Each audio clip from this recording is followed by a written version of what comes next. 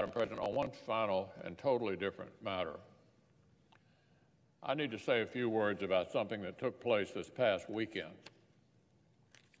Last week, Kentuckians of all ages traveled to our nation's capital to exercise our fundamental American rights to peacefully assemble and petition the government.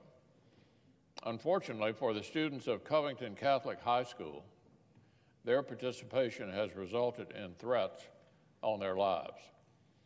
Far-left activists and members of the national and state media isolated a very few seconds of video footage from any shred of context, and many decided it was time to attack and denigrate these young people.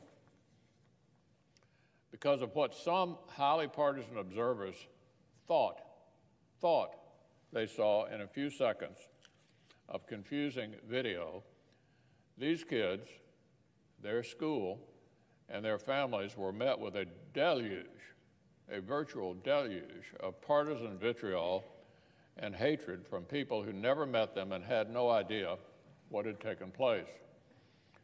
Some prominent figures even used this pile-on to propose curtailing the First Amendment for groups with whom they disagreed, even targeting the students' hats. How quickly some seem to forget why the framers insisted on these protections in the first place. In a matter of hours, these students were tried, convicted, and sentenced by the media, where accuracy is irrelevant and the presumption of innocence does not exist. To their credit, some apologized for their commentary upon learning more. But by that point, too much damage had already been done. Because of the startling, excuse me,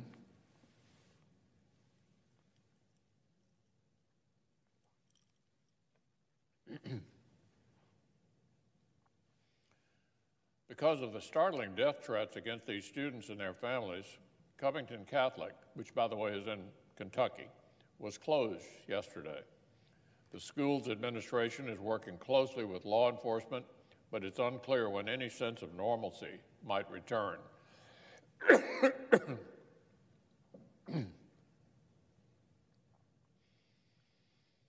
This time, it's families in my home state who are paying the price for exercising their freedoms.